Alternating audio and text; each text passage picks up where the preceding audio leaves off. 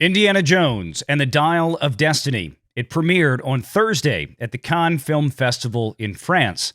Now, in attendance were Bob Iger, Kathleen Kennedy, Harrison Ford, and frankly, everybody involved in this picture. And if you believe Variety magazine at this point, the audiences got bored. This would be an absolute disaster for the Walt Disney Company, for Lucasfilm, for Kathleen Kennedy, and all involved to be certain. And with a $300 million plus production budget, that should be incredibly concerning. And quite frankly, that is the exact thing that we have been worried about with this film for quite some time. Let's get into it.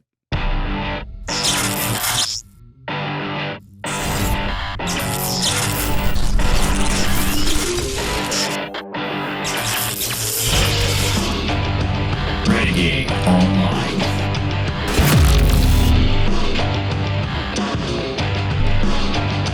Well, folks, welcome back. Another great day here at Valiant Renegade. It's good to see everybody out there once again. And if you are like one of the many folks watching this video, not yet subscribed to this channel, please take a moment and turn that little red subscribe button to gray. Hit that like button, hit that notification bell, share this sucker out on the social medias, and of course, please do leave a comment before you head out the door today. Looking at some of these initial reviews for Indiana Jones and the Dial of Destiny should be incredibly disconcerting. This is a bit of a wrap-up from The Digital Spy reposted on Yahoo Sports. From Deadline magazine, however much action swirls on the surface of this kind of film, its foundations are built of reassuring nostalgia. Just hearing John Williams' score, yet another variant on the heroics and theatrics of the original, makes anyone of a certain age feel that everything is momentarily right with the world. From the Radio Times, however, the iconic archaeologist's swan song is a little safe, but it's an enjoyable old-school action adventure with more weight than Kingdom of the Crystal Skull. From the Telegraph, Ford gives it his all, but while the three original films moved like page-turners, this fifth installment is painfully short of spark.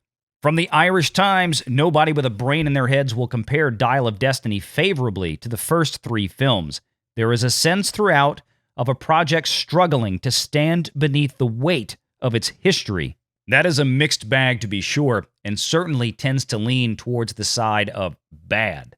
But let's begin here with IndieWire. Indiana Jones and the Dial of Destiny review. Time is of the essence in a sequel that gets old fast. From the Cannes Film Festival, Kingdom of the Crystal Skull suddenly doesn't look so bad. Ouch.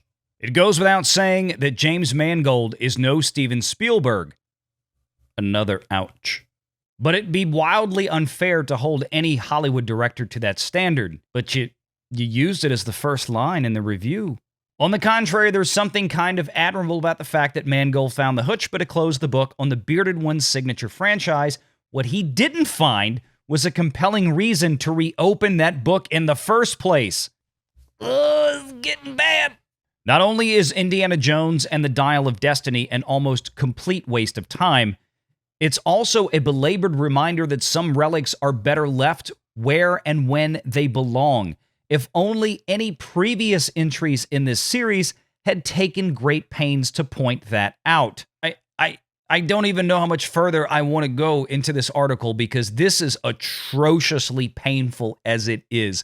And this is exactly what so many of us feared with this grave-robbing movie of Indiana Jones 5. They should have left this franchise alone. Frankly, Lucas and Spielberg should have left this franchise alone after The Last Crusade. That was the last Indiana Jones movie as far as I'm concerned, and I think as far as many other fans of that franchise are concerned. But back to Mangold for a moment. It's important to note that the failure of his latest movie, they're already calling this a failure, has much less to do with his talents as a filmmaker than it does with the time at which he's been asked to apply them. Now, I don't have time to go through this whole article. It's very extensive. I'll leave a link in the description if you want to go read it all yourself. It does try to, let's just say, hedge some of its bets.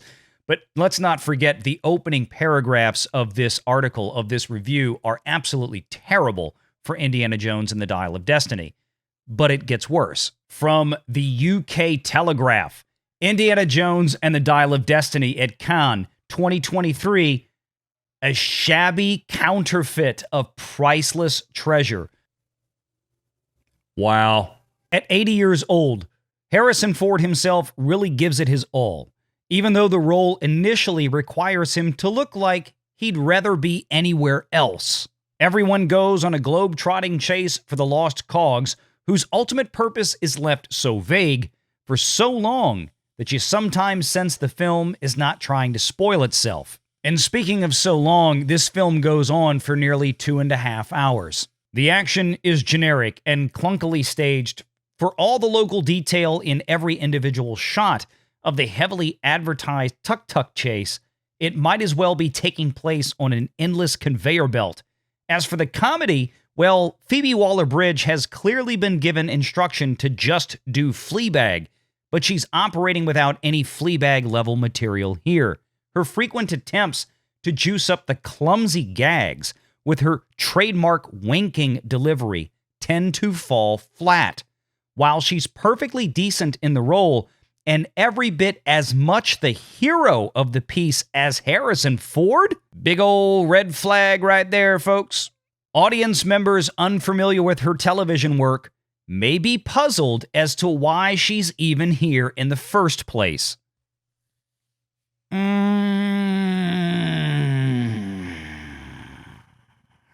And finally, the film is loaded with mayhem, but painfully short on spark and bravado.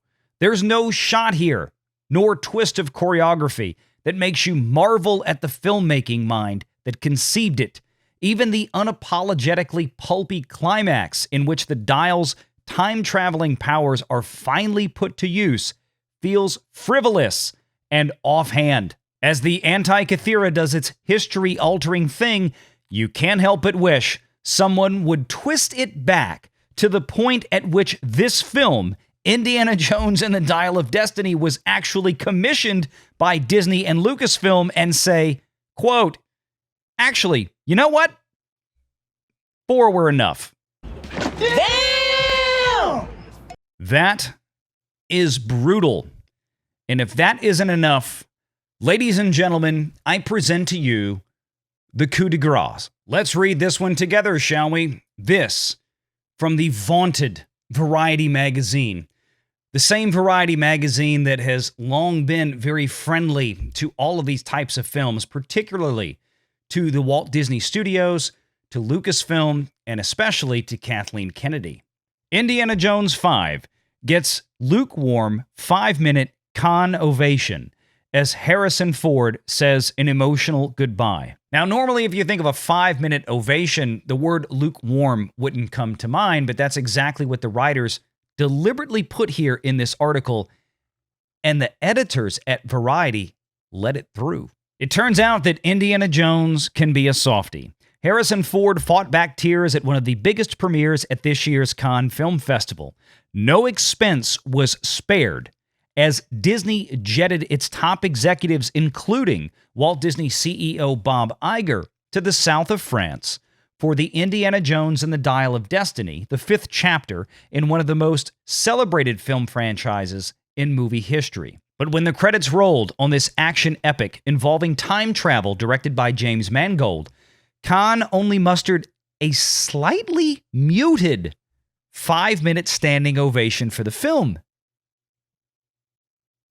Ruh-roh. The biggest cheers of the night were reserved for Ford, who was summoned to the stage by festival director Thierry Frémaux to receive a surprise Palme d'Or after a reel of his greatest roles played on screen. So right there, it seems that Cannes was more intrigued by the man himself than the movie they just watched him in. That, to me, says a lot, and Variety is seemingly very honest here by picking up on this. But then, Variety magazine apparently took the polish off the turd. The film's elaborate action scenes and witty one-liners delivered by Phoebe Waller Bridge mostly received a muted response inside the theater. During parts of the 142-minute film, that's 2 hours and 22 minutes, folks, audience members could be heard whispering out of boredom in French. This is straight terrible. I don't know how else to put this. There is no amount of sugar that I can coat this with to make this any better. There is no amount of spin at this point that's going to make this go away. This wasn't some rando site on the internet or some botted Twitter account. This is Variety magazine. This is the UK Telegraph. This is IndieWire. These are big publications, especially UK Telegraph and Variety magazine. This film has a $300+ million production expense already on the books. That's before they spend a dime on marketing. And the marketing for this film globally is easily going to be $150 million, if not pushing closer to 200. Certainly, they're going to have a lot of marketing partners to help augment the spend that comes from Disney in this regard. But this is a film that's going to absolutely have to get to the $1 billion global retail box office mark to even sniff a cost recovery or a break-even standpoint. And as we keep reminding folks, the Walt Disney Company has effectively eliminated all, or most at least, of the post-theatrical financial revenue for all of their projects. They have been given little to no windowing for PVOD or physical media sales before landing on their own proprietary streaming service at Disney+.